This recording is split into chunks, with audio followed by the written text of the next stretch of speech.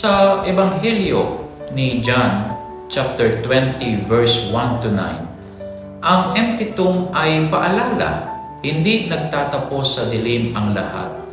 May liwanag, may bagong buhay, may pag-asa. Ganito rin ang buhay ng isang pulis. Bawat araw, lumalabas siya ng bahay nang may tahimik na panalangin. Lord, gamitin mo po ako para sa iba ngayon. Sa likod ng badge ay tapang, sakripisyo at pusong patuloy na bumabangon. Kahit may takot, pagod o pangungulila, bawat serbisyo, bawat risk na kinukuha, nagiging buto ng pag-asa para sa iba. Tulad ng muling pagkabuhay ni Kristo, hindi nasasayang ang kanyang mga sakripisyo.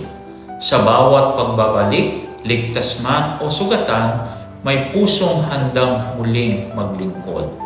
A heart that serves, a life that sacrifices, faith that never stops rising.